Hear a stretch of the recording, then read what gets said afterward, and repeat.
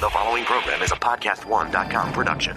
From Hollywood, California, by way of the Broken Skull Ranch, this is the Steve Austin Show. Give me a hell yeah. Hell yeah. Now, here's Steve Austin. Hi, I'm sitting here talking to the one and only superstar Bill Dundee. Hey, Bill. Hey, man, where am I talking to you? Are you right outside of Memphis, Tennessee right now? Yeah, I'm in Germantown.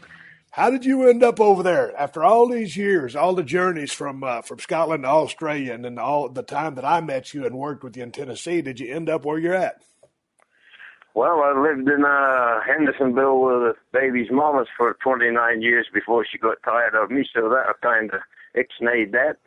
Then I gave it, tried it again, and, so I lived in Lexington, Tennessee, and that didn't work out too good, so then I tried it again and lived in Memphis, so that didn't work out too good, so I'm trying it for a fourth time. I'm down here in Germantown.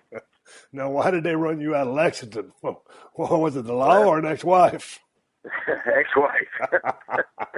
Well, I guess they just laughed. You know how it goes. You've had a few of them in your day, right, or tried relationships. I think the only difference between being married and just being together is a piece of paper. Oh, yeah, I kind of agree with you. I tell you what, I certainly had a few go-rounds with the, marriage divorce cycle myself, and it's easier said than done, especially when you come from the business that we come, in the business of pro wrestling, entertainment, whatever. You got that much travel, you have that much travel, that much, God dang, distractions, let's call it. Anything can happen. It certainly doesn't make it easy, and the travel is what it is. You want to buy your family nice things, but you have to be gone every day to do it. You know what I mean? You can't be home and make money, too. Not in our business, anyway. Hey, well, what are you doing right now? Because last time I talked to you was about a week ago, and I heard you was back with the circus. Of course, you started in the circus way back in the day. So, are you back with Co-Brother Circus?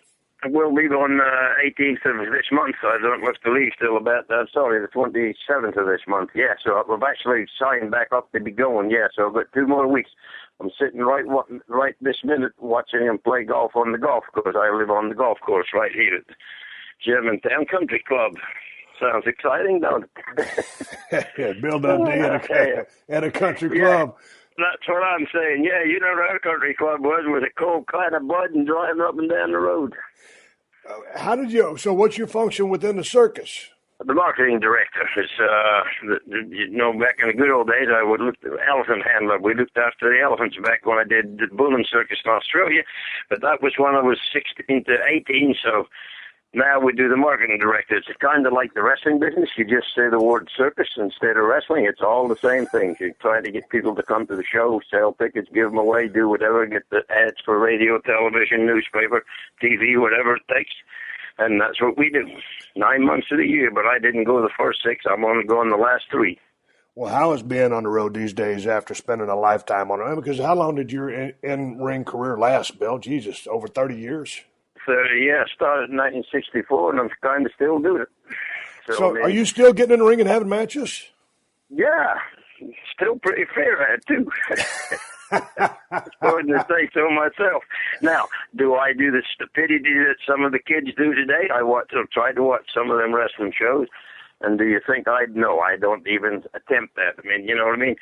The last time I was going to do that bombs away off the top rope, I climbed up onto the turnbuckle, and I looked out, and I thought, what am I doing? So I just climbed back down. I don't know what the people thought, but I didn't dive off, didn't do nothing stupid. I just climbed back down, hooked back up with a guy, said, let's go. So, hey, but you know what? You've always ran your career like that.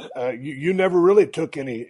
You probably took in your share of bumps that didn't feel so good, but you never went out of your way to take a crazy bump that was going to thrill or excite the crowd on a suicide mission. It seems to me, in the times that I worked with you back in the day when I came in to Memphis, to Nashville in '90.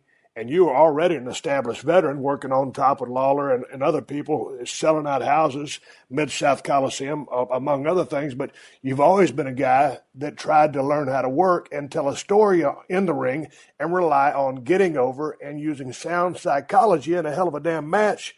And also the business was perceived as being, quote unquote, real back in, but you never took stupid bumps. No. Bobby Shane broke me in with that way back in Australia. And when you came over and booked for Jim Barnett and being Joe's Barnes, just like all young kids were, for that era, was doing stupid stuff. And he come to me, he said, Bill, you only have so many bumps in your body, my man. He said, slow them down, and when you ever get somewhere where you're working on top and they mean something, then that's when you do them. You're trying to draw money. Just don't go out there and have fun with yourself taking silly bumps, because one day you'll land wrong, and that'll be all she wrote. So I kind of learned that before I got here. Yeah, man. You can't. It's real interesting. I don't know how much you keep in touch with today's current product, but Daniel Bryan is kind of he's a really, really good worker, but somewhat of a cruiserweight style worker, and a lot of high risk maneuvers, but puts his body in harm's way a lot. And now, he finally worked his way up to the top of that WWE ladder, and now sidelined with a neck injury. And he underwent his first surgery. He's fixing to go into a second surgery, I guess, in the next couple of months after that first one settles down. But, my point is, and I say this with all due respect to Daniel Bryan, but when you put your body on the line, all of a sudden you get to your prime money-making years and you're on the sidelines. You know as well as I do, Bill, when you ain't working, you ain't getting paid. I don't know what the current system is, but back in our day, if you didn't work, you wasn't making no money. And if you wasn't making no money, it ain't like nobody's going to come over and hand you some groceries. No, it was, that's exactly what it was. So, and the guy I worked with most here, was Jerry Lawler, and he's a hell of a worker, and he didn't want to do all that silly stuff either. A flying head scissors and a drop kick was pretty big for what we did. Or you may take the back drop over the top rope, but you're really not doing that. You're not landing on the floor. You're backing into the rope. The guy, you hook the top rope, and you take the bump from the apron to the floor. It's not like some of them today. They're landing on the floor. Well, look at old Bobby Eaton. There's another guy. High-risk maneuver way back when before anybody else was doing it. Hell, he can hardly turn his neck. He can hardly walk. It's just catches up with you when you get to around 50. Man, he's one of my favorites of all time, and it was your son-in-law. Or is he still your son? Is he still your son-in-law?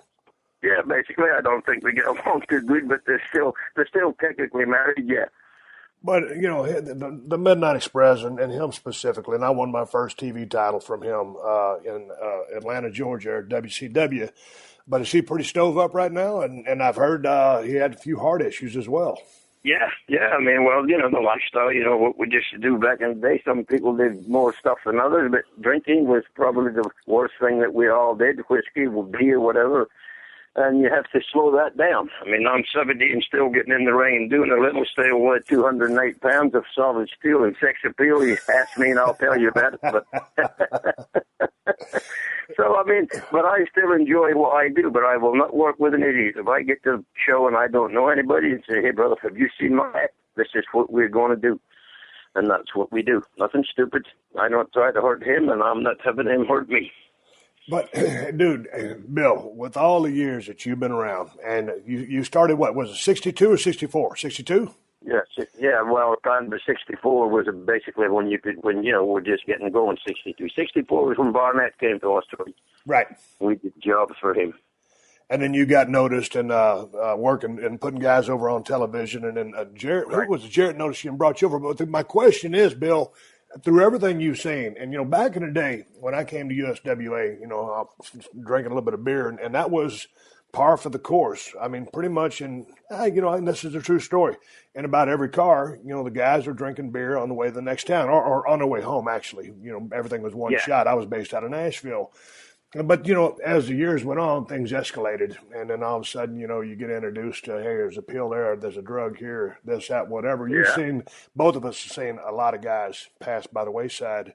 So what kept you, going so long? How were you able to resist the temptation? Or were you always just a, hey, say no to drugs guy? Because I know you'd have your drinks because I had a few beers with you. But now at 70 years of age, you've seen a lot of guys do a lot of stupid things. Right, but I always was lucky enough to have an office job. Right. So when they were nursing the hangover or whatever it was they were doing, I had to be at the office. And then you go home and eat lunch, you get in your car and you drive to the town. Monday on Memphis was Monday night. Louisville Tuesday after night. Wednesday Evansville. Thursday once a month Lexington Rock Arena or a spot show Tupelo Friday, Jonesboro Saturday night, and Memphis TV Saturday morning, and Jackson on the way home something. So we never technically stopped. When I say we, Jerry Jarrett and Bill Dundee, because he didn't go to the towns, I did. So we would lay everything out, do what we did, and Lawler would only come Memphis Monday and Louisville Tuesday, and then he kind of took off. So I was the workhorse of this area for a long time, just 24/7. And Eddie Marlin. So I didn't have time to do the other stuff. Now I like to drink my beer and just like a car coming home like everybody else. But I never really. Now have I done stupid stuff? Yeah. But not go on stupid stuff. Let's put it that way. I went to a party and somebody said, "Hey, do this." I have done it. Never did the pills. Never liked that kind of feeling. So, but the other stuff with white stuff was sometimes you'd stay awake. But anyway. Right. But no, I never. It never appealed to me to do that every day. And I've seen guys do it every day. Yeah, and I have too. And it's, and don't get me wrong, I've been around the horn, and I talked very openly when I was living a little bit fast. But that was a short-lived period of time, and I didn't see any long-term future in that. So, I was always more kind of in the drinking crowd. Hey, one of the things that I really wanted to talk to you about, Bill, because I was thinking about starting this conversation off. I was like, man, I'm talking to the superstar Bill Dundee, a guy who had a tremendous influence in my career. And, I read your book, and I've got it right in front of me. Bill Dundee wrote a book probably about 2 years ago, and it says, if you don't want the answer, don't ask the question. It's Bill Dundee's life story. And, man, through the career that you had, back in the day, born in Scotland and ended up over in Australia. I always thought you were from Australia, but you've been a farmer, a cowboy. You joined the circus. You started training for basically it was shoot fighting. Back in the day, got in the business of pro wrestling, now back to the circus. And you've taught so many people how to work over the years. I remember that when I rolled into USWA territory, I guess the name had just changed, and Jerry had just brought Fritz out in Dallas. And I come rolling in, Mid-South Coliseum, and I was greener than grass. I'd been working 2 months, and it wasn't very long after that I started working with the superstar Bill Dundee himself. And I tell you what, you know the deal, Bill, because what are you? You're 5'7", you said 209 pounds, twisted steel, right? Yeah. And sex appeal? That's it. Hey, an idiot like me, and you've met a bunch like me. But I think I was a pretty good dude back in the day, but I come in ignorant, 6'1", 6'2", 250 pounds, former football player. I'm thinking, okay, I'm a lot bigger than this guy. I shouldn't sell this or this, that, or whatever. And barely knew how to work a high spot. Chris Adams taught me how to bump, taught me about 2 wrestling holds, and the rest, as you know, is on the job training. And you were always very, very patient with me and very giving in the ring. And you always got yours, and you always stayed. Well, that's a testament to you staying over for over 30 years. But, dude, what goes through your mind when you get in there with a young crowbar like myself and it's like, okay, here we go again. I got to show this kid how it's done. Don't get me right. The people, you had the biggest set of legs. When I say scared me, you never scared me to death. I said, if this big bastard falls on me, it'll just hurt accidentally. Yeah. You with solid muscle. What did you weigh, 250? Yeah, give or take. Yeah, and I was 208 at the best, 210 when I really thought I was a monster. So my 200-pound frame, and people say, wow, wrestling's this, wrestling's that. When your opponent outweighs you by 70 pounds and he just tackles your ass, it's very shattering. When we do the double knockout, whether you was going down or me, I got the worst of it because I was running into a brick wall. Yeah. So I got to be very gentle here and very careful. So you're just careful, but we didn't do stupid stuff. Yeah, was you a little clumsier than me on some things? Yeah, because you was trying to, just getting going, and things that we did, it was awkward to you, wasn't awkward to me. After 40 years in the business, you can go to somebody and say, hey, this is real easy. But when you start, you think to yourself, I'm never going to get this. And then one day it just hits you, and off you go, and you become a star someplace, and look at you, worldwide star. Did we think that would happen when you come out of Dallas, Texas? No. We thought, wow, this kid doesn't kill somebody, it'll be a wonder. But anyway, you made it, and here we are. Not just kill somebody in the ring, but kill a damn territory. Because, back in the day, we were going to the same towns every single week. It was the same towns over and over again. And that's the thing that I loved about breaking in that territory was you were forced to learn to work as soon as possible because you couldn't work, like right now, the WWE. And I'm not speaking disparagingly. I'm just talking about today's system versus the other system you're working that weekly territory. WWE is a giant loop, and you might be 30, 60, 90, 120 days from getting back to that next town or in close proximity. You had to change your matchup every single night of the week, and if you're in a program, you damn sure had to change it up every night of the week. So that really helped me get up to speed, was all those towns after another. Right. And they were the same ones. Memphis was Monday, Louisville was Tuesday, Evansville, Indiana was Wednesday, Thursday once a month was Lexington Rupp Arena, Tupelo Friday, Jonesboro Saturday night, and sometimes a spot show here and there. So we was going to the same half a dozen towns, and everybody got rich. Jarrett got so friggin' rich, he built a 17,000 square foot house. I gotta ask you the question about the 17,000 square foot house, because in your book you talk about the big house on the hill. It caused a lot of heat within the territory. What was the story behind the big house? Well, his mother said he had an illusion when he was building it. He told everybody, he said, I'm going to build a new house. Watch when you start making a few dollars. I mean, you've done it. You paid off your little one you had, and you moved to a bigger one. As we got more successful with the house, got bigger. That is a natural progression. Everybody does that. I start off in a little 3-bedroom one with Jamie and his mother and his sister over in Hendersonville, in the poorest part of Hendersonville, and worked up to a bigger house on the hill up there. Nothing like Jarrett's, but just about a mile from him. So we had kind of got to the bottom of the hill. So he said he was going to build a house. And he designed it. You got to give the guy credit. He laid out the plans. He went to an architect. He drew the whole thing from go to woe. He designed the whole thing. And it just seemed like it got bigger every time he went to do something to it. And it ended up a monstrous thing. I mean, it was the actual part he has maybe lived in was 7,000 square feet, but his offices and his ballroom and all the things that was around it, you know, the house itself were the 3 bedrooms, the kitchen, the bathroom, whatever else, and that was about 7,000 or 8,000 square feet. So, you know, and as Jerry Lawler said, Bill, you built one wing of that, and I built the other, and Jarrett would get mad at you in the good old days if you said that, but now he'll make jokes about it. Hey, Lawler Dundee built that big house. So anyway, he sold it to a guy, and I think the guy went broke trying to pay for it. So he got his money back. He's happy. Everybody's happy, and we still talk. But it did cause a rift because at that time, Jerry Lawler was a partner with Jerry Jarrett, and obviously he felt like he was getting not the short end of the stick, but the short side of the payoff. Well, I think technically, we know how it was back in the day. They got the first bite of the apple. Well, this is where he kind of screwed up. He had a housewarming party, and he had Bobby Bear sing there, and he had the Nashville Symphony Orchestra come play the music. Country singers singing for him. His wife wanted the orchestra. He invited Lance Russell, Bill Dundee, Jerry Lawler, Stan and Steve, the fabulous ones, and I believe that was about all the rest of us. So when Lawler showed up, you could see the look on his face that he was pissed off. You see this house? Oh, yeah, I see it every day. I come to the office here. I live in it half as much as Jarrett does in the office part. You know what I mean? That's where I love it. But so that was when he went back and I guess put his little wheels to working, and him and Jarrett got together. They made another deal, and they become more big partners. But Jarrett Lawler never ended up with a 17,000 square foot house.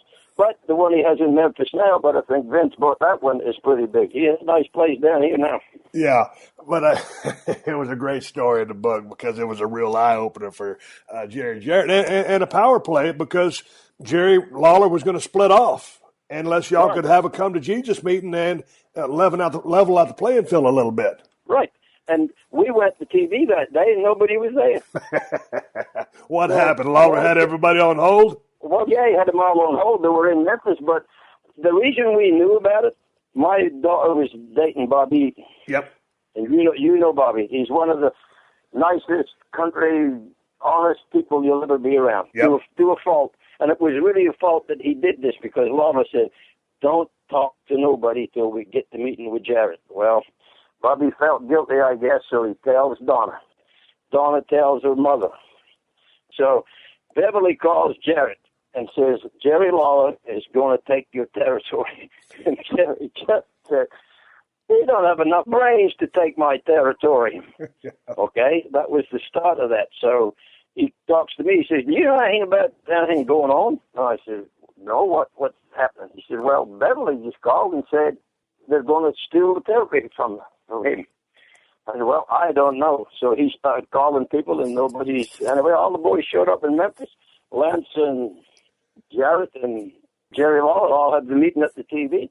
They get the stuff all sorted out, who was getting who was getting what. Bill got the shaft as usual. I didn't get none of that on the park. They still worked. But anyway, that was all right. So they got together, they kissed, they made up. All the boys showed up, and it was Lawler, Jarrett Promotions. I'm sitting there talking to the one and only superstar Bill Dundee, a guy who had a tremendous impact on the career of Steve Austin, a guy who took me under his wing back in the day and gave me some psychology lessons and had great matches with me. I'm coming right back with more Superstar after these messages from my sponsors. The Steve Austin Show. The Steve Austin Show.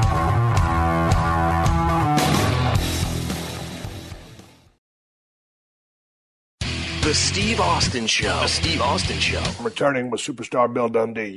Hey, you credited Bobby Shane with saying, hey man, the body's only got so many bumps in it. But it was at a time when you were, I can't remember what the territory was, but you said that Red Bastien and Mark Lewin really helped you as far as the psychology of working goes. Yeah. What were those guys able to teach you? What did they impress upon you? Well, for the day and the era of what they thought I was little, Red Bastien was small compared to what came to Australia. Courtesy of Kayla, Mark Lewin, Killer Kowalski, Waldo Von Erich. That was the type of heels. And Red was a little bitty. Well, not little bitty. I mean, I'm little bitty for the wrestling. He was probably 5'10", 210 pounds, 215 at the most. And he would say, Bill, you can't go in there with the same thing that we just explained to you, and let them big guys beat you around and drop elbows on you when, even though they're working, it takes a toll on you and do them silly bumps. I mean, if I slam a guy 250, it's a little hard for me to do that. He picks my little ass up and just throws me through the mat. And you've seen it done when people got power slammed, or, Sid was bad at it. He'd pick you up by the feet and try to drive you through the mat. That power bomb thing. All that hurts when you're little. And that's what they said. Don't take the silly bumps and don't let people do it to you. So they were very good at that. And Mark Lewin, his was a sleeper hold, so there was nothing real dangerous in that. He shot you off to the ropes, widening behind you, put you to sleep, and that was it. So, but they took bumps when they were trying to do them, but they never did silly stuff. But what was the secret to when you came over and started working with Jarrett, and you were putting the guys over in Australia, you come over, you end up in Tennessee, and your good buddy George Barnes comes in, and you guys start off as a tag team. Now, George ended up getting homesick about 3 or 4 months in, and then goes back to Australia, right? Right. Okay, so then that leaves Bill Dundee by himself, and you're not the superstar yet. But explain to me what and Lawler had taken a hiatus. He was out of the territory when you and George came in. Y'all got over, and y'all got over big because y'all was a very physical tag team with a lot of intensity. But what is the key to you getting over in that territory at 5'7", 215 pounds, say at the time, to get over like you did? Because, I mean, I watch TV today, and I watch a lot of guys struggle to get over. So I'm asking you what your secret was to getting over back in the day, being your size. Okay, we got here, and George was probably 6 foot even and 225, 230 at his heaviest. He's usually between 225, 230. So, but he was 6 feet tall. I was 5'7" in my wrestling boots. I'm probably not 5'7" in the bare feet. Who knows? But anyway, I thought I was 6'8". Yeah. So, the very first time Christine Jarrett saw me, we walked into the office, and Nick Goudas had just built a brand new office up on 8th Avenue. They'd moved from the Sam Davis Hotel, and nobody told us. We got to the Sam Davis Hotel and went to see the wrestling office, and it said, wrestling office, offices of Nick Goudas and Roy Welsh. And we thought, wow, there's nobody here. The whole thing was cleaned out, so this old man at work, elevator, you see the movies and they have the elevator operator, the old man that works the elevator. They had one of them at the Sam Davis. So we went up to the thing, we come back, and we said, where did the wrestling go? Where's the wrestling? And this old man says to us, he moved up onto 8th Avenue North. Well, we have no car. We've just arrived in Nashville. So where the hell is 8th Avenue North? He said, about 2 miles up there, 8th Avenue, you'll see it. Just go out there. So we walk up to the next. So then we get up there, and here's this nice, beautiful office built in that part of town, and you could stood out like dog's balls. So, I mean, he has a fence around it. The doors are all locked. After we got to work for him, we knew why all this was the way it was. But anyway, we thought, why is he in jail here? Everything's locked. All the gates are locked. The doors are locked. So anyway, we're yelling at people in the seats, but nobody's up. They don't know who we are. We're yelling at them to open the door. So Mike Duncan finally comes to the door and says, "I help you." Said, "Yeah, tell Nick Goulis the 2 hours you're here." So anyway, they bring us in. So when we walk into the room where the meeting room, Christine Jarrett says, "That little one needs to be a good guy. Right. He's too cute to be a heel." Well, they didn't know it's a bad guy. That Nick talked dirty and clean, and she called good and bad, no heels and baby faces. But anyway, so she says, "He needs to be a good guy. He's too cute to be a bad guy." I said, no, Miss Christine, no, I'm a bad guy. So I didn't want to be a baby face. When you start, it's more fun being a heel. So anyway, she said, "No, you definitely need to be a good guy." So we didn't see Jerry there for 2 weeks when we got here. We had to work for Nick. And oh, God, was that an experience. George Goulis and Nick, and that's my boy, Nick. Nick would say, "George, that's my boy. You look after him. You work with him. You look after him." And, oh, God. Anyway, he worked with Harley Race in Nashville. And they went, it was about 40-minute thing, a DQ or some goofed-up finish.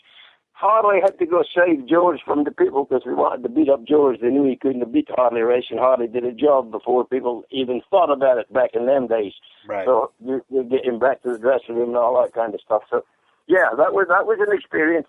So they wanted me kind of babyface from day one, but George and me got over his heels, so they left me that. Then when George went home, Jarrett come to me and he says, "We're switching your ass, whether you like it or not." I said, "Well, okay, what do you want me to do?" So that's what we did. The interns come in with Ken Ramey and beat up Eddie Marmon, and George and me had worked the program with Eddie and Tojo. So when I hit the ring to tell Ken not to do it, he pushed me and I nailed him, and they jumped on me, and Eddie came and saved me type thing. I got up, it was done in Tennessee. So that was the start of Bill Dundee, just Bill Dundee, good guy. Now that was 1976. We brought Big Bad John in here, who had been a bad guy. Black outfits, black leather coat, steel helmet, everything he wore with Mark Lewin in Australia for 15 years. Right. So I knew him over there. So Jerry Jarrett, this being 1976, the bicentennial year of America. And Jerry was, he was very smart. So he comes and says to Big Bad John, "We're going to switch you babyface." And John said, "I ain't a babyface. I'm a heel." He said, "Yeah, I know that. But we're going to put this little cute devil with you, and he's going to do all the selling and tag you, and you're going to come in and kick ass, and we're going to name you the Bicentennial Baby, and you're going to wear the big top hat, the red, white, and blue outfit, and all that stuff." So he said, "What do you think?" He said, "You're the boss." So on Memphis TV, the first week, we go down there, and so says, "Oh, we got Big Bad John here. He's now the Bicentennial Baby." Blah, blah, blah, blah. So John comes out. They all talk like that back there. So anyway, he says, "That's real. If I'm going to be the Bicentennial Baby, this gentleman right here, Bill Dundee, is now Bill Superstar Dundee from this day on." And people just started calling me Bill Superstar Dundee because he said it on Memphis TV, and here we are, 30 years later. But so he gives you the nickname Superstar, and that's just a great name, Superstar Bill Dundee. And obviously, I have tremendous respect for you. So you got that going for you. You had a very solid work style inside the ring. And here's the thing, and I think you touched upon this a few minutes ago. You're 5'7", but in your mind, you're 6'8", and you didn't take any crap from nobody. And one of the things that I really enjoyed about your work, as a babyface, you had tremendous fire, which you have to have. You got to be able to sell. You got to have fire. You got to be able to work. As a heel, you had a mean streak. You're a cocky, arrogant, and that's money, especially coming out of a 5'7" dynamo. You have to have a mean streak, Steve, especially yes, sir. when you're smaller than everybody. You know how it is. Yeah. Hey, did you always have that tremendous working punch? Because I go back to watching all of your work, but I love the battles between you and Lawler. We'll talk about Lawler a little bit because you kind of go on record saying, "Hey, man, if there's no Lawler, there's no Dundee," because half of your career was Dundee and the other half was Lawler. And a pivotal part you guys each played in each other's careers in such a tremendous feud, a lifelong feud, a 30-year feud. How did you get that working punch so damn crisp? Whether it was a left or right, you had that thing dialed in 24/7. And there's a lot of people, you watch the show today, and you don't see a whole lot of textbook badass working punches. No, and Lawler had one too. Yes. So, but here was the thing, we cultivated them, I think, on each other, and we never really, what would we say? If we spotted one another, well, so be it. Nobody bitched, and nobody came back crying, and nobody, I mean, you know how it is when the million the thing, you do the look on your face. You can tell when the guy's been spotted. Yeah.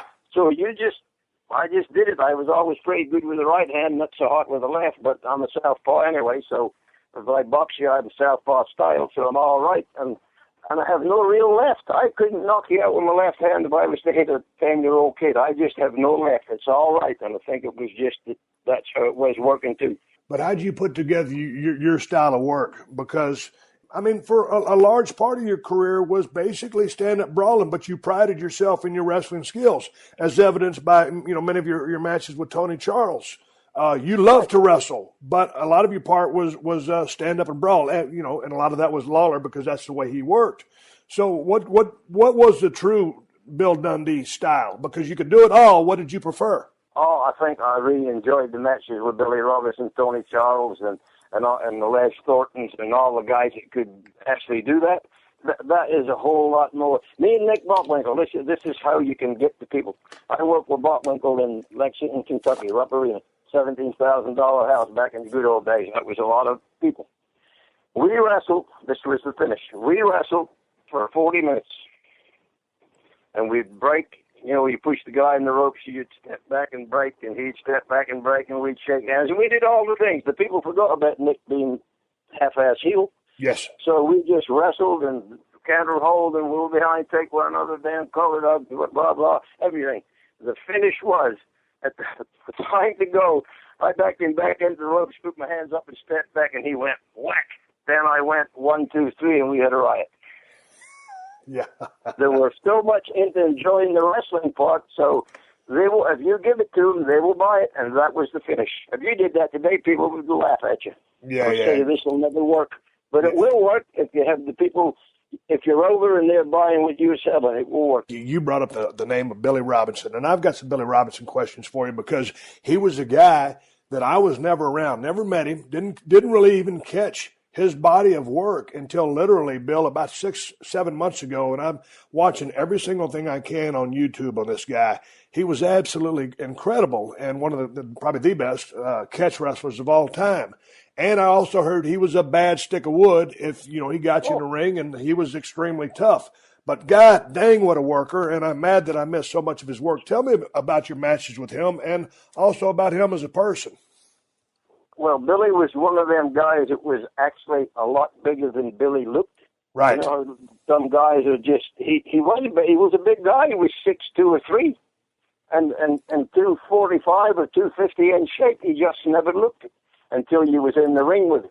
His hands and his wrists were thick. He had big hands, and he could wrestle, and he could have beat you any time he felt like it. Yeah. But I would attack him like a little pit bull. I'm going behind you, Robertson. Me and him. Now this is me and him having fun in the ring. I said, I'm going behind. And then he was, here I would come. I ain't been there yet.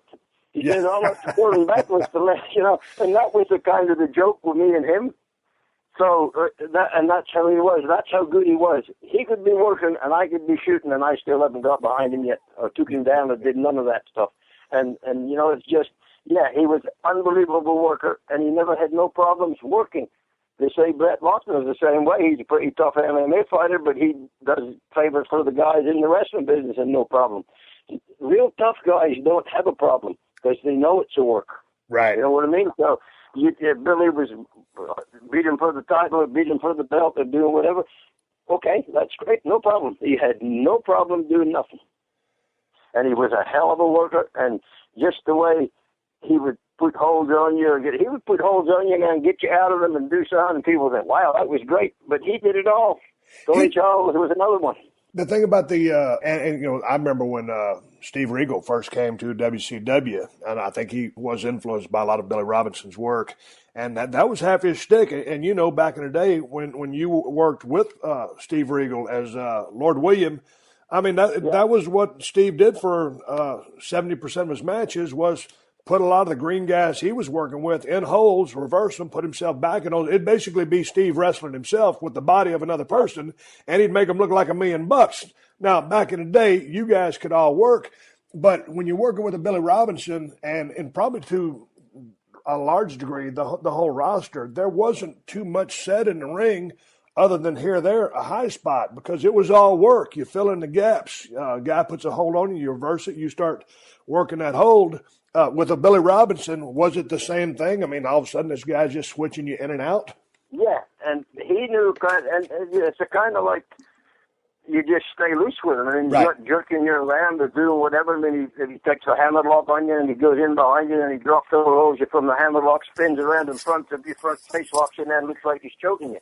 Yeah, you just go with him. It's a kind of like, that. Well, you know how it works anyway. That's how it basically works. But most of them today don't know what the wrestling part is. It's like you brought him up before, Daniel Bryan. He started down there with Danny Davis and OVW, and we had him in here with something else.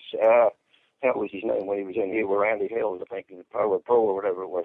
And he worked, yeah. And I like to watch him. He's one of the few that I actually watch today. Maybe it's the size, but anyway, he's very good at it. And he can do it. Just doesn't seem right, but he can do it. Right. Hey, so what was the spark or the beginning of what would become, the Lawler Dundee feud? And it seemed like every time I found a lot of your matches, and at the end of this interview, I'm going to give everybody these matches, and some of the loser leaves town match. I mean, just an early match, a bunch of stuff that you guys did. But what was it about you and Lawler that was so intriguing? We wasn't in love with one another. Did we have respect for one another's professionalism and what we both did in the ring, or what he did? And he was always a hell of a talker. So he wanted to be the big dog. Well, technically he was the big dog. He was the king. I was the superstar. Kings have got to have a couple of points more than superstar. And he, yeah, you know what I mean? So he kind of lived like that. And I just said, okay, he's the top dog. I'm the next top dog. So, and we wasn't in love with one another. And Jerry Jarrett would kind of, he wouldn't fire us up at one another, but he was, damn, Jerry Lawler said this, Bill Dundee, about your jacket or something. Then he would go along and say, Dundee think your crown sucks. Just silly little things like that. So you're going to the ring thinking, this son of a bitch doesn't like my jacket today. Oh, okay. And he kept us a kind of, and there was a reason for that. Jimmy Hart told me that Lawler, Jarrett told him this, I have to keep Lawler and Dundee apart, because if they ever got together and took the territory, they could take it. We never had enough brains to do that. Even when he went over back to the thing, he never came and talked to me. He asked everybody except me. So I kind of asked him afterwards, I said, well, why didn't you come and talk to me like you did everybody else? He said, well, you're Jarrett's boy. Yeah, but when you're talking about money and points in an office, that can change. Right. But I never got the chance to. So he just got the crew, and then me just figured, well, he'll stay with Jarrett. Well, yeah, I'd get mad at Jerry and would do this and do that, or say this or say that. But if it hadn't been for Jerry Jarrett, my little ass would still be in Australia. Bobby Shane called him. He said, yeah, it's not the paperwork. We'll get him here. It took a year. And then me and Barnes showed up here, and he gave us a $600 a week guarantee back then.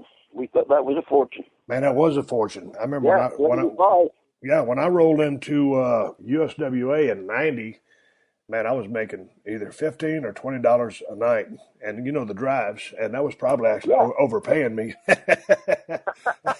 When you cash your check at Evansville at the liquor store we used to cash them at, and you cash in a $69 check for the week, that's kind of living a little bit on the thin side. I used to call that place the Nutrisystem territory, because all the new guys that came lost weight because you couldn't afford to eat, and you knew where every buffet was in town. Yeah, but look at the man that made you today. I know that we all say them stories. I mean, when I did the circus way back in the girl, we never got rich either. We never, they fed us, but we never had much money. But it makes you look what the dollar does for you. Oh, no. You look at Tommy Rich. I mean, Tommy, easy come, easy go, and it was like it's never going to end, but it does end. Oh, I had I always go on record saying, and that's what I was making. And then I remember I went back to Texas to turn heel against Chris Adams, and when Jerry brought me back, he gave me $100 a night guarantee, and that lasted for a couple of months. And then territory took a nosedive, and we went back to whatever it was that he could afford to pay me. But when I look back at those days, riding up and down the road with the guys that I was riding with, and working with the people that I was, and that's almost. There's different periods of your career where you're just learning and it's so fun because you always wanted to be a pro wrestler, and then you start to get kind of good at it, and then you're really enjoying that part of it, and then you kind of start making money, and that part's good too. So all phases, whether you're starving, learning, making money, or whatever, was a blast for me just because I love the business, and I'm sure probably it was the same for you. Yeah, I mean, I used to go to the fairs back in the day because that was all the work too. And with the circus and on the fairs, and I went to Sharman's boxing troupe, and I was always a little cute devil. I mean, I looked like a girl, I guess, with long hair and pretty face. But anyway, I would go and say, "Oh, that's a lot, big bastard." So I would stand in the crowd, and they would pick me, and I'd go in there and whoop the boy. And then when the people was actually paying at the Sharman troupe, they could never beat the guy. But they were working with me, and they were shooting Billy Robinson type guy, was hooking with the big guys and taking them down, and they were losing their $2 back then. So, yeah, I did it. Never really made a lot of money, but it's good stuff to talk about today, and it's a good education. Hey, I was watching some of your matches on YouTube, and I know you had several scaffold matches. Now, way back in the day, I think it was 1991 or two at the Great American Bash, I got booked in my one and only scaffold match with PN News and Terry Taylor. And Terry Taylor was a good worker. PN News, at close to 400 pounds, had no business on a scaffold. Bobby Eaton was also in this match, one of the greatest workers of all time, and a super sweet guy. And then myself, and I got no business being on the scaffold. I'm not afraid of heights, but I don't love heights either. And then what they had done, Bill, they sent the wrong scaffold. So here's the reason, and Dave Meltzer called this the worst match of the year, worst worked match of the year.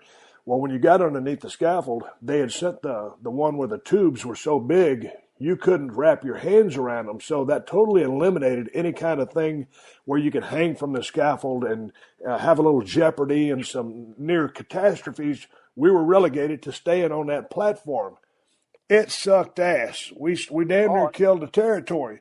But you've been in some great ones. And in particular, I'm going to give out the time code to the scaffold match between Bill Dundee and Sweet Brown Sugar, which was actually Coco Beware before it turned into Coco. It was a 2 out of 3 falls. June 21st, 82, Mid-South Coliseum with the referee Jerry Calhoun. Well, my question is, I read when you first got in the circus, you were working with the elephants, but then also I hear that you were a trapeze artist. Watching the scaffold match, the way you're swinging from that damn scaffold, dude, there's a couple of high spots where I think, man, this dude's about to die, and then you start climbing the thing like a monkey. Y'all do a do-si-do, almost fall off. I mean, it was a hell of a damn scaffold match is what I'm saying. So how'd you feel on those things?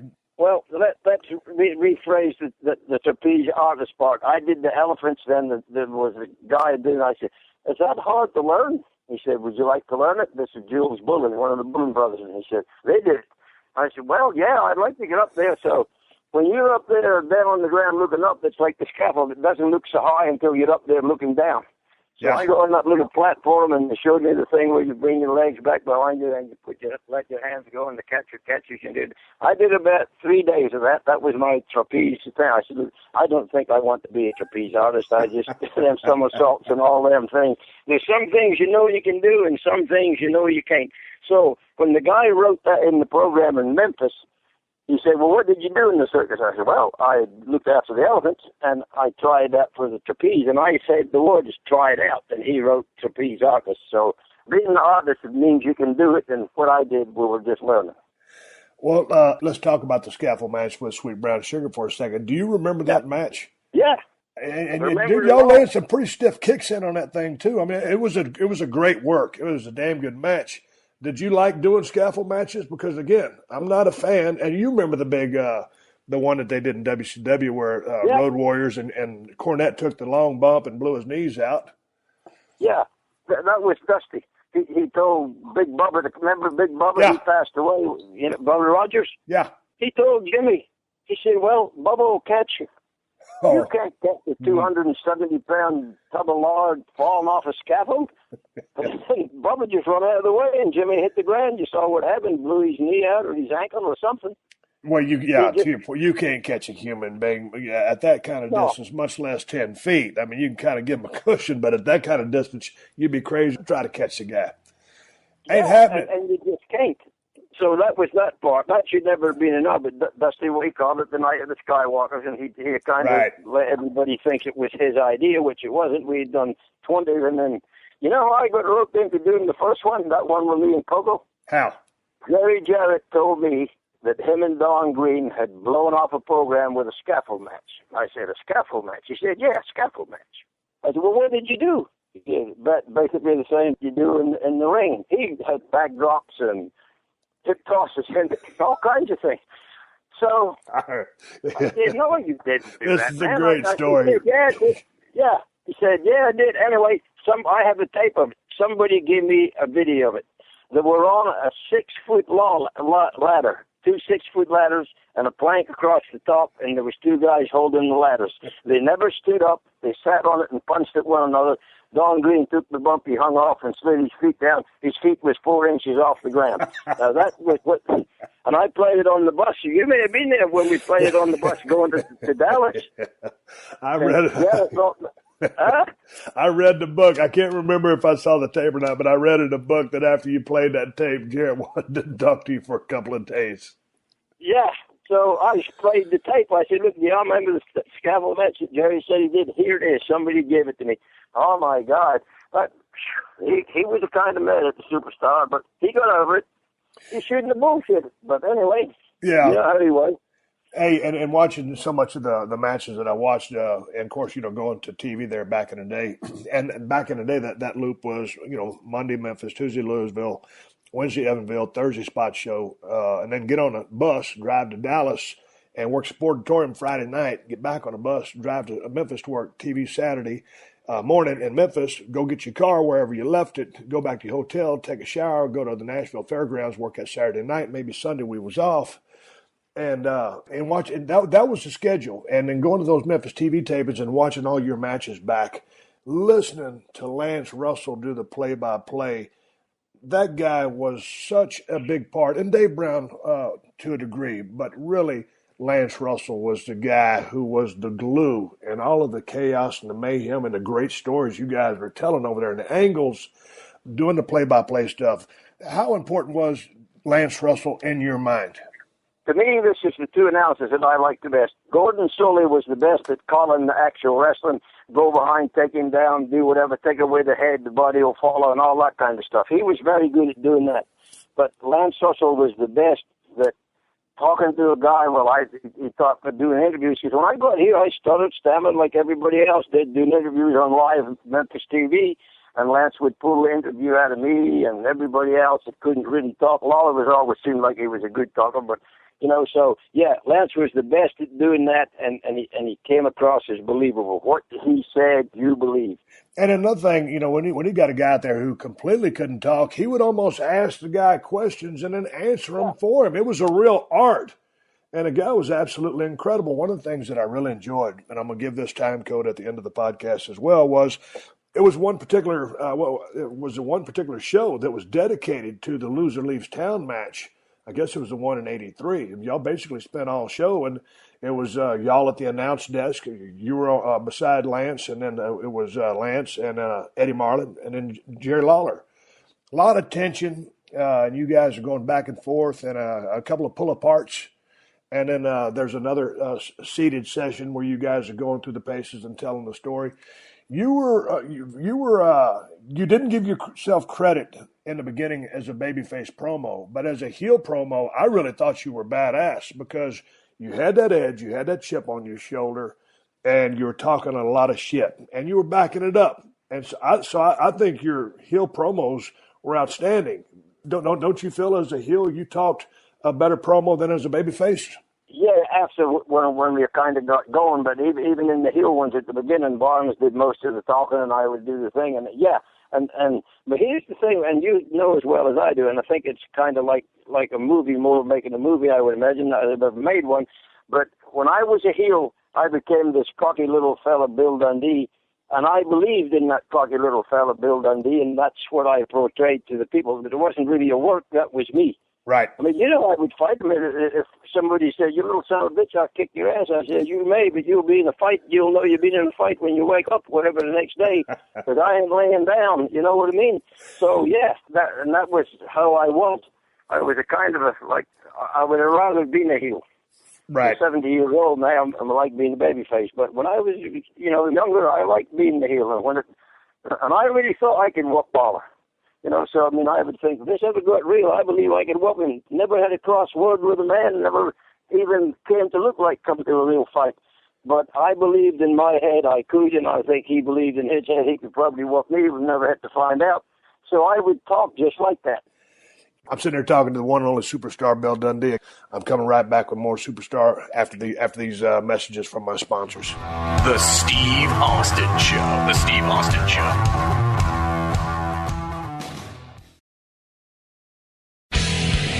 Hi, I'm sitting here talking to the one and only superstar, Bill Dundee. Back in the day when you look at some of the, I used to have an old VHS tape of some of the old music videos you guys shot. And there was one showing you traveling down the road. It was done to a Willie Nelson song. I couldn't find that one. But, Lawler had one, him driving around in a Rolls Royce and a Lincoln and doing his thing.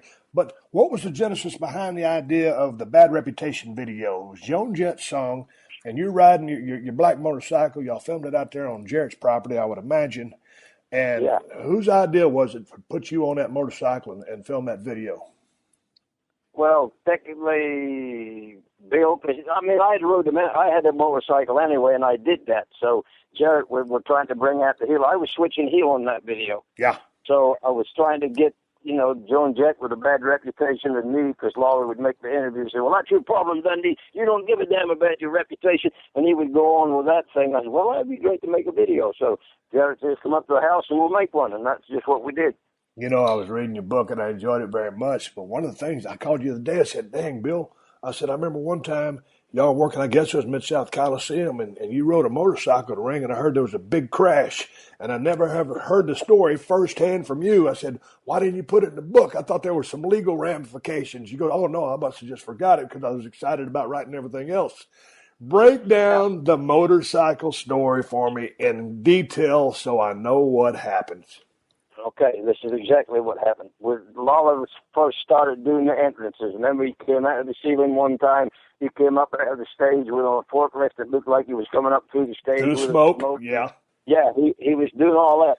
So we were having a six-man tag, the Fabs, Lawler, and Dundee on one side, and Jimmy Hart and his family on the other.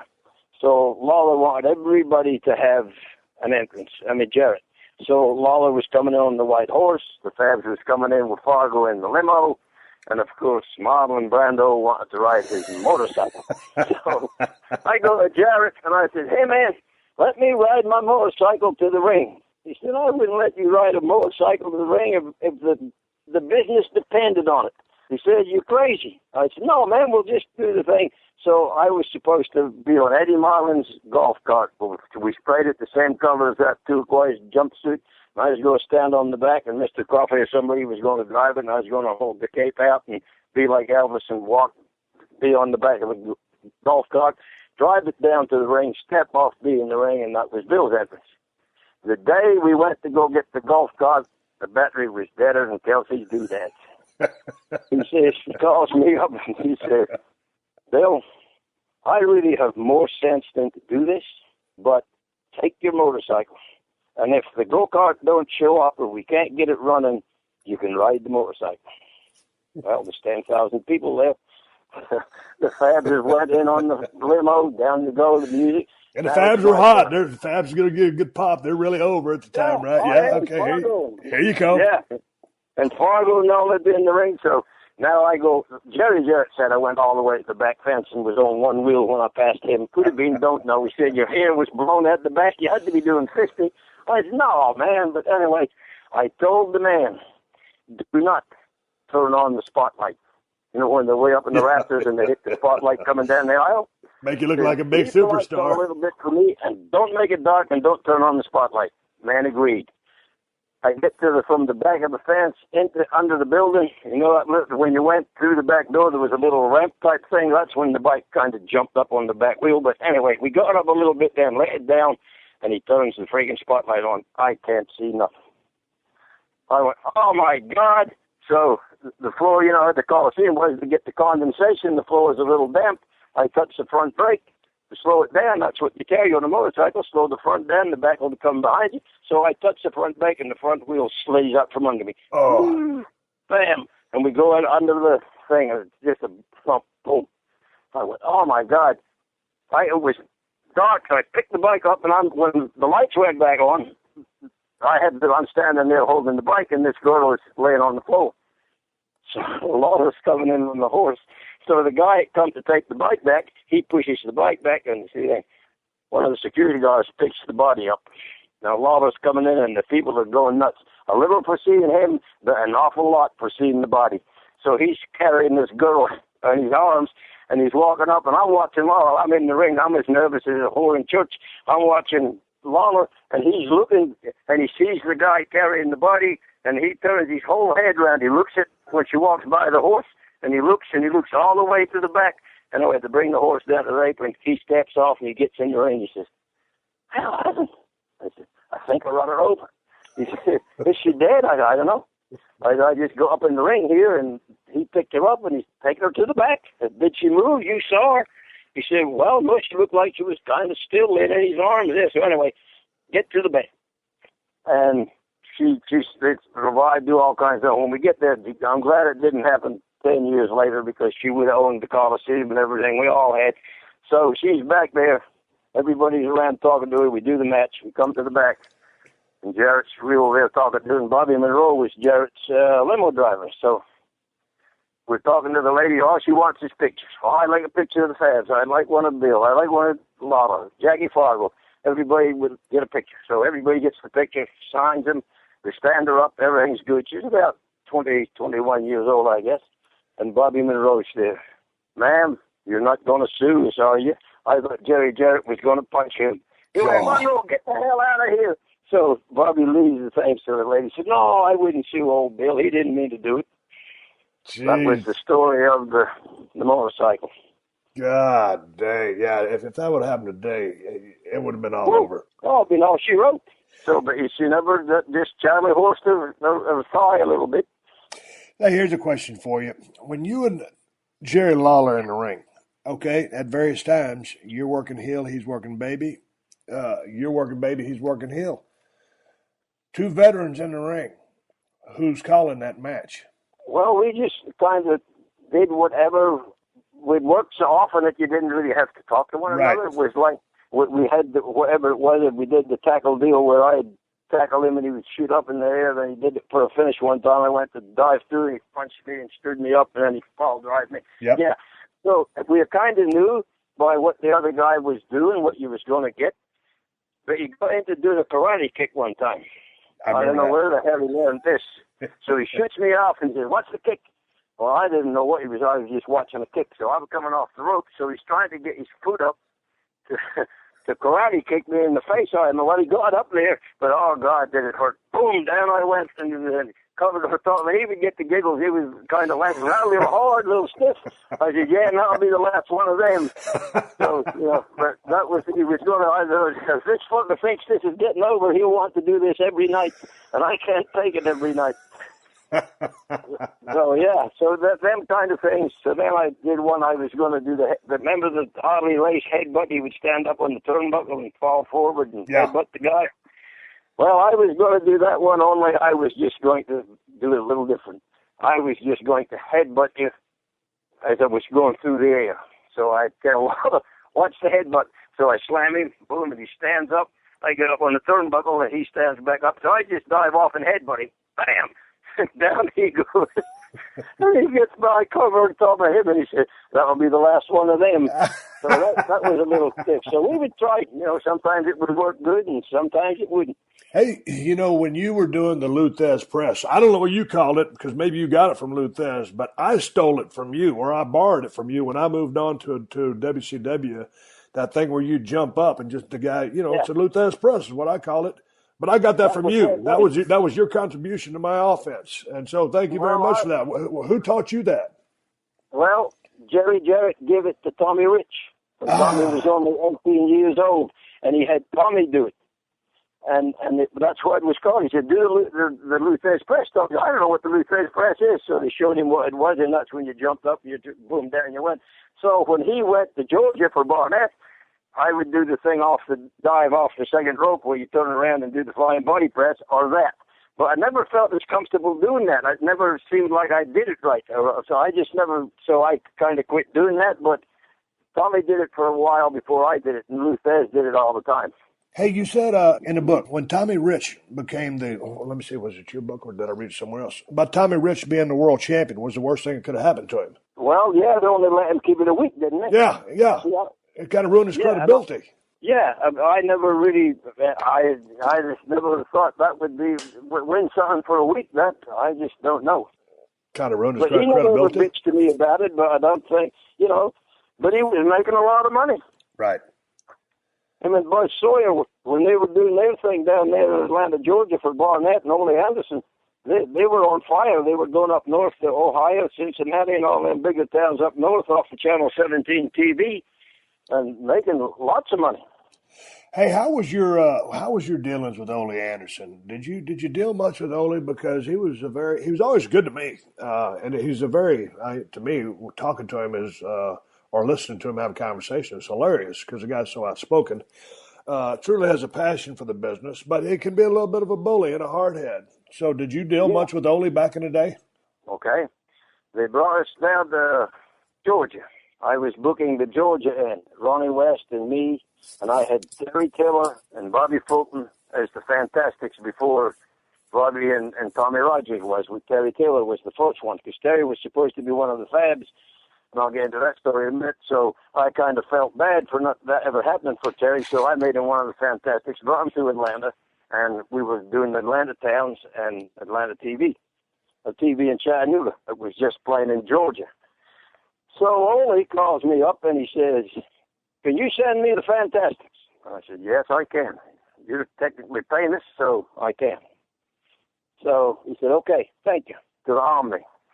So somebody called, I think Ron West called him back. He says, "He hasn't booked against the Fantastics, the Road Warriors. They were just starting." Oh, yeah. So I said to Bobby Fulton, "Bobby, on no circumstance are you and Terry Taylor going to do a job for the Road Warriors in the Omni tonight. Anything but the 1, 2, 3. DQ, count out, anything. No finish." So we get down, and Bobby was, you've been around Bobby. He's kind of nervous anyway, smoking cigarettes. So they go over the finish. So Bobby's standing there, and he says, "Ole, this ain't me. This ain't Bobby Fulton, Terry Taylor." He says, "Hawking animal. And this ain't us. This is our booker, Bill Dundee. He's running the other end of the territory." And he says, "No way are we doing a job for y'all tonight."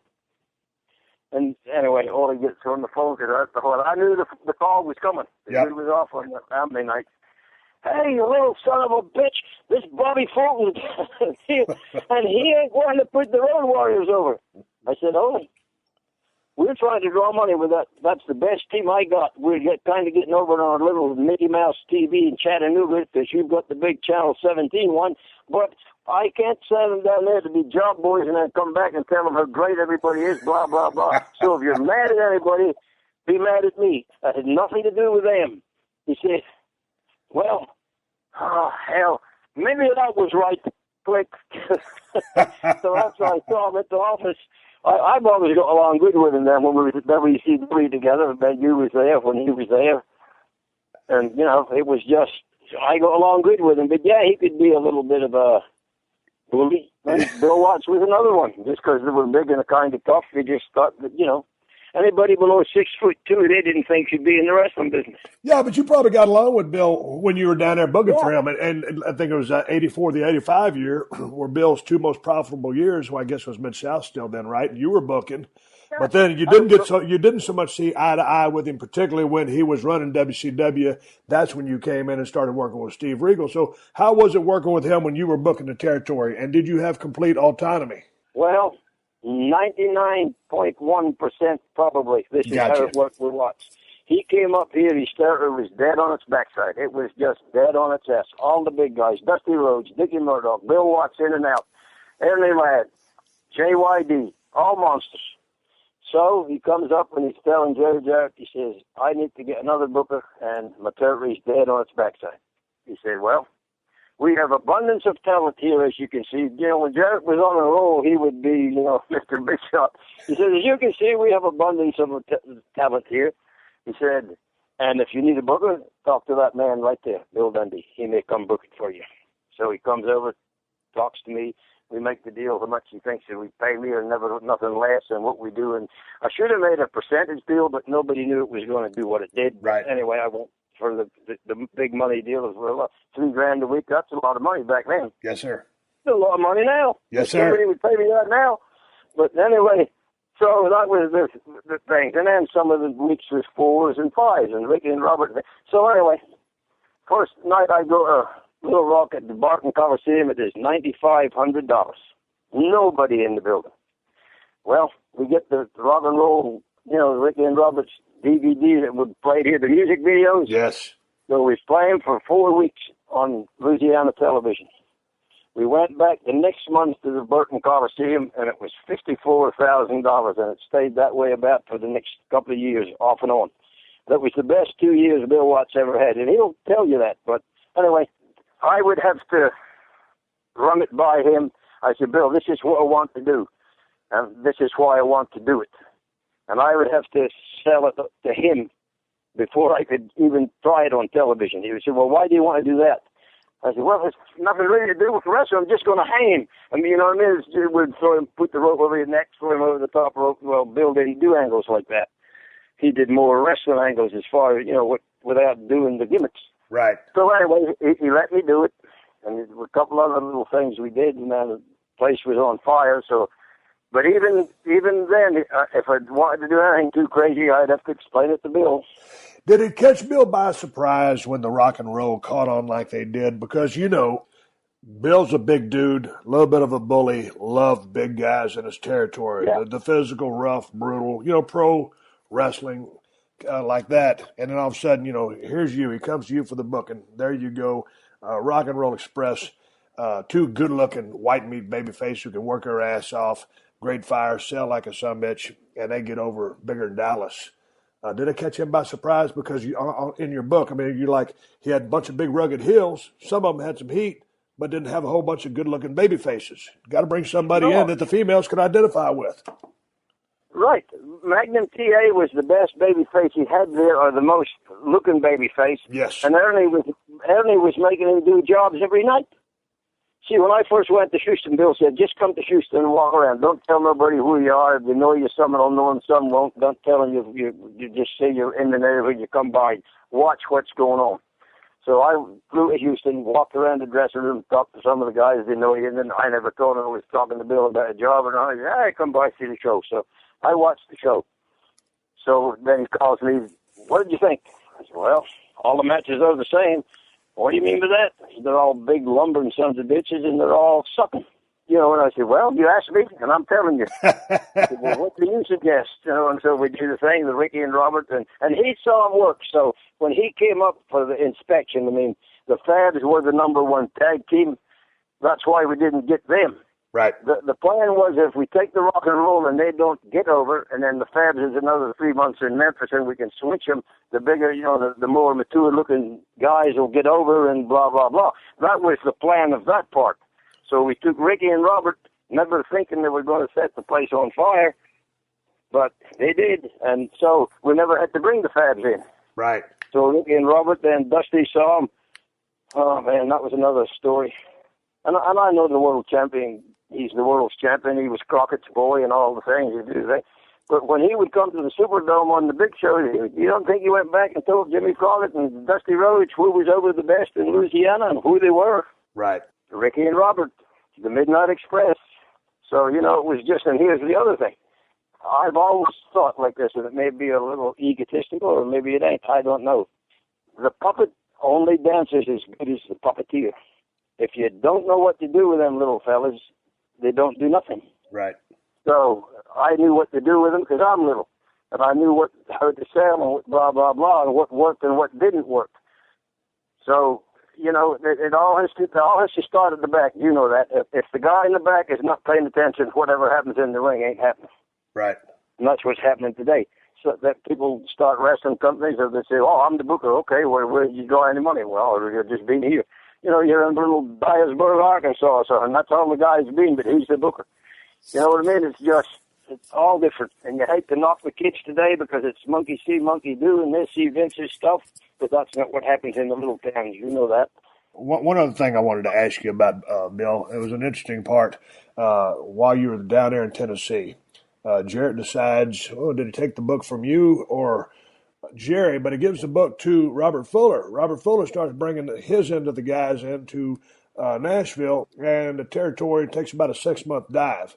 So you guys need to do something to revitalize this thing, shoot a hot shot angle, which ends up being the big-ass concession stand brawl at Tupelo, Mississippi. How down was the territory? Was it in that bad of a shape? And obviously the concession stand brawl worked. Take me through this period of time. Okay. Buddy Fuller was Jerry Jarrett's partner. Yep. And that was Roy Welch's son. Robert and Ron Fuller, his buddy's sons. So Buddy said, I'd like to take a little interest more in helping run the territory, blah, blah, blah, when they got away from Nick. He said, well, okay, so he's bringing his son in to book it. Well, Robert, he had his little wild ideas. He had Tora Tanaka against the Mongolian Stomper in a main event in Memphis. Two monsters. Memphis had never seen that type of thing and didn't really like it. I mean, he said, them two big bulls hooking up and there and there and there. Well, it was unexciting. In Robert's head, it seemed like it was better than it really was in real life. So he had about a month of that, and it started going down and blah, blah, blah. So Jerry and Buddy had a little meeting, and because I don't remember what it was at the office, he said, well, Buddy, do you want to tell Robert, or do you want me to tell him? He said, no, I brought him in here, and and it's not working, and we're losing money, and he's going back to Knoxville. So anyway, he went back with his brother to Knoxville, and he took half the crew with him. So now we have Wayne Ferris and Larry Latham as the Blonde Bombers. Yep. Sergeant Danny Davis is the manager. We're going to Tupelo, Mississippi, and we're shot everything in Memphis. So now we're getting this bright idea. We have Lance full-time that can do the talking because he's not working for the TV station no more. He's working for Jerry Jarrett Promotions, so he can go anywhere and make TV. So we're going to Tupelo. We're going to do the tag team match, and they're going to screw us out of the belts. And when they screw us out of the belts, we're going to get into a fight with them, and juice and all the things after, and blah, blah, blah, and we're going to take that. That's great. So, like 100 times before, we've done the big fight and did the things, and we get going, and blah, blah, blah. The heels run to the back. Jerry Lawler, Bill Dundee is chasing them. They jump over into the concession stand. Well, we jump over into the concession stand. So now you're there. Look at Lawler, and he's tired, and I said, what do we do now? He said, I don't know, but this may work. So he picks up a jar of pickles, and he just throws him at his cousin, Wayne Ferris. And I don't think he cared whether it hit him or not because they weren't in love with one another. But anyway, he ducks it, hits the wall, bam, now it's on. They pick something up and throw it back at us. And if you watch the tape, you can see the people that under Herman Sheffield and his wife, they're picking stuff up and running out of the damn concession stand with it and trying to save candy bars and whatever else. We have a hell of a fight going. So we're slipping and sliding. The floors are kind of wet, and we're falling down as much as we're standing up, but it's exciting. Are you telling me the concession stand brawl in Tupelo was a worked shoot, but it was not necessarily quote unquote planned? Yeah. Shit happened once you got there, and y'all just worked on the fly. Right, technically. Well, we a punch here, a punch. Yeah, if we got over there, then we got into a fight. Good. If we didn't, that type. So when Lawler threw the pickles, the people went, whoa! And you can feel it when it's happening. Yeah, when you've been in that, and you feel it, oh my God, this is going to be unreal. And then Lance had shut the camera down. So you can hear him talking to Mike Shields. Was the camera operator. He said, Mike, are you filming this? There's a hell of a fight going on downstairs. And they only had one camera, and so Mike has to get the camera and get it on his shoulder or whatever and point it downstairs and then film this whole damn thing. And Lance's commentators, come on, Mike, damn, get it, to go a hell of a fight. And that's strong words for Memphis TV. Yeah. Hell of a fight, back in the day, and damn. So we're falling down and fighting and doing all the things that we're doing. So then here comes Jerry Jarrett. He jumps over into the melee, and he says, come on, you got to quit fighting. So somebody nails him, and he takes a bump. So once we got it going, everybody just started working. Right. That, you know what I mean? So they tear Jerry's clothes off, they tear his shirt off. They just brutally demolished this guy's suit he had on. He just tear it like a real fight thing. Anyway, he escaped with his life type thing. When we fight, so then Eddie Marvin comes in and he says, come on, get out of here. And then he gets me and Lawler out, and the heels are still in the thing, and Jerry's lying on the floor with clothes ripped off. So that was how we went off the air. But the thing that sold the mess was Lance had said, okay, ladies and gentlemen, thank you very much. Good night from the Tupelo Arena. See you next week. Close the show. Then you hear his voice black on the television. Oh, damn, Mike, we're going, well, hell of a... And I just said, he starts it all up again, and the camera looks like it comes back on and all that type of stuff, and here we go. Was it laid out? Not exactly all what happened. Did we know if we go over there, that's what they were going to do technically? But if it worked, it worked, and it didn't, but it worked. But let's bring it back to today's current day wrestling, because you said something about Lance Russell's language, which that was a little bit strong for TV back in that day. And basically, when you go back to the old television tapings there in Memphis, that whole show for years and years, and when I was passing through there, certainly, in regards to language, that was a PG territory. Nobody was cussing, carrying on. And don't get me wrong, there's lots of blood and blade jobs, but take that out of the equation, y'all had a badass show. So my point is, I mean, this logic or this style of booking could still be, a part of today's wrestling landscape, because y'all weren't doing anything crazy. You're just telling stories, but you presented it in a serious shoot style fashion. Now, many people knew the business was a work back then. Obviously, everybody knows it's a work these days, but my point is, man, if you just present wrestling from a serious standpoint, or that's your basis, is, hey, everybody knows it's a work, but you present a serious a product, and not everybody's laughing and giggling and a bunch of BS storylines, that still works today. Right. So, well, it's hard to do this in the wrestling, but I have done this just for my entertainment and fun even today. Say I'm with a wrestling student that nobody knows, and we're sitting in McDonald's. You're sitting there talking to him, and then you do something stupid, and you just snatch him up and do a heel. You son of a bitch, I'll beat you, and just pull him up by the shirt and look like you're going to knock his ass out. Everybody in the store will go, oh, my God, because they think it's real. See what I'm saying? Right. And it can be done that way on TV. I mean, like I said before, when Lawler put the crown on, he really thought he was the king. And I put that suit on, I thought I was the second coming of Elvis. So we was a superstar and the king. Yeah. And we believed it. So what we were saying, we was convincing people to believe it. But I would try to watch them today, and some of the interviews are just, that's exactly what they are. I don't know how they do it up there. Some people say they're bugged in the rear or this or that. You've been there. You'd know better than me. But if he let you be yourself.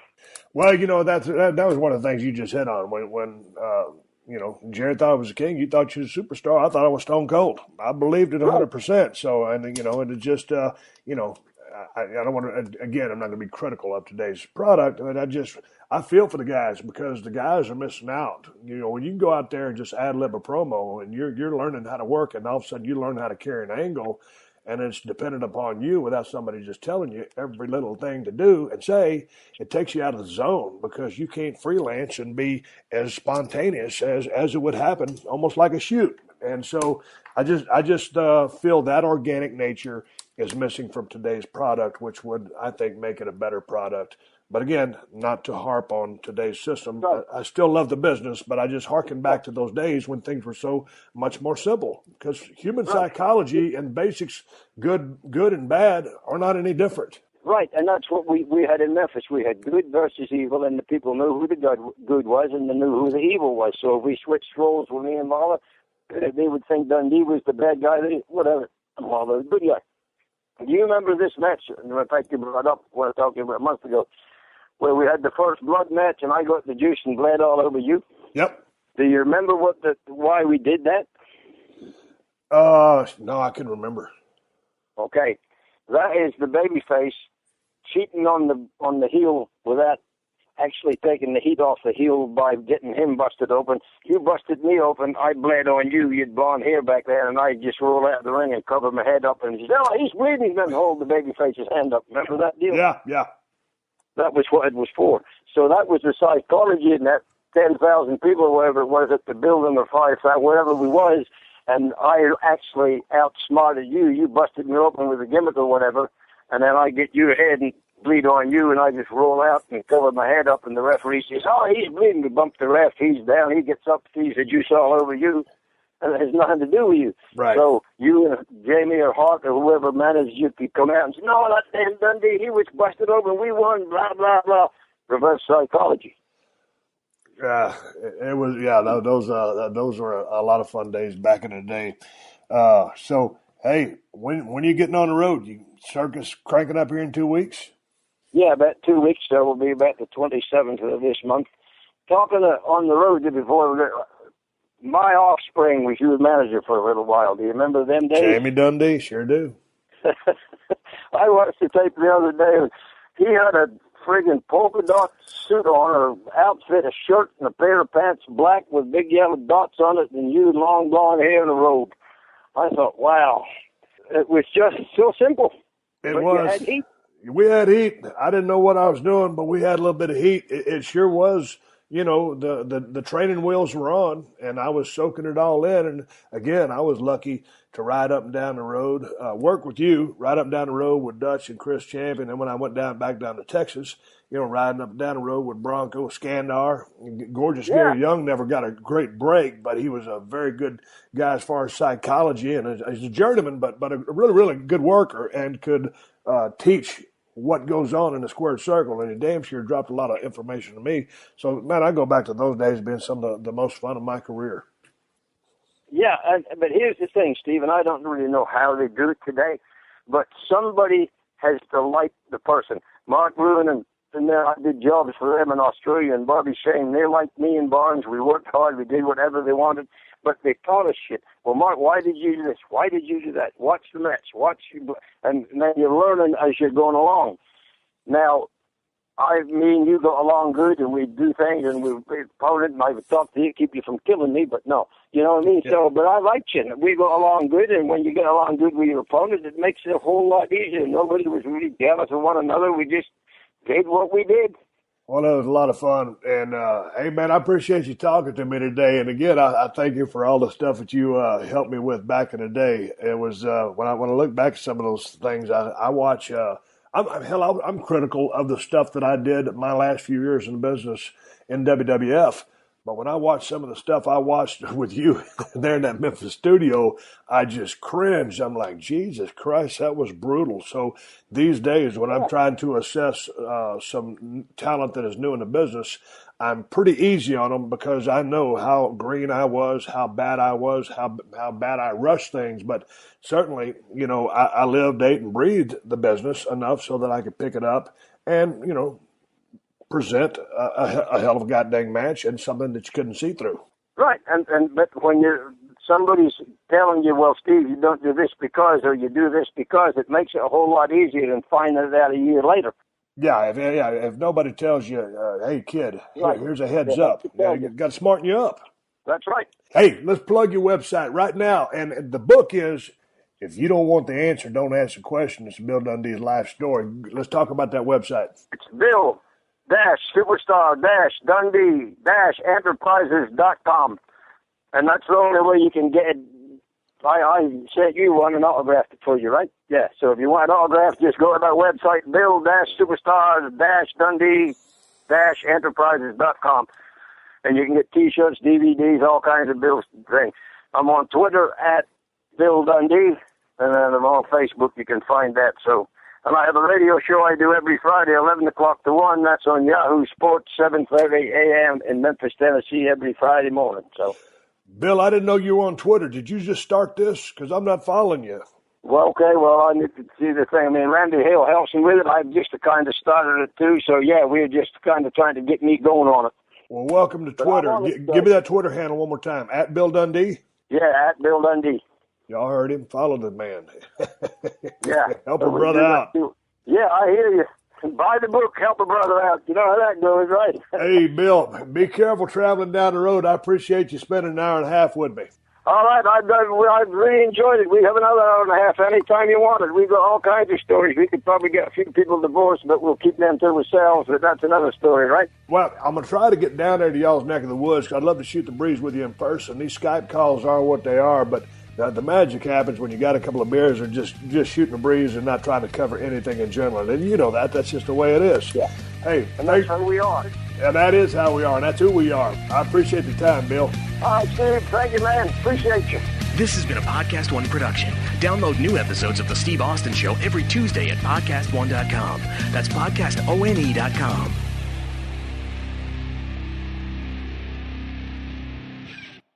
See what hit blockbusters are streaming free during Popcorn Summer Movies on Pluto TV. Watch the first 4 Indiana Jones movies, or Minari and Maid of Honor.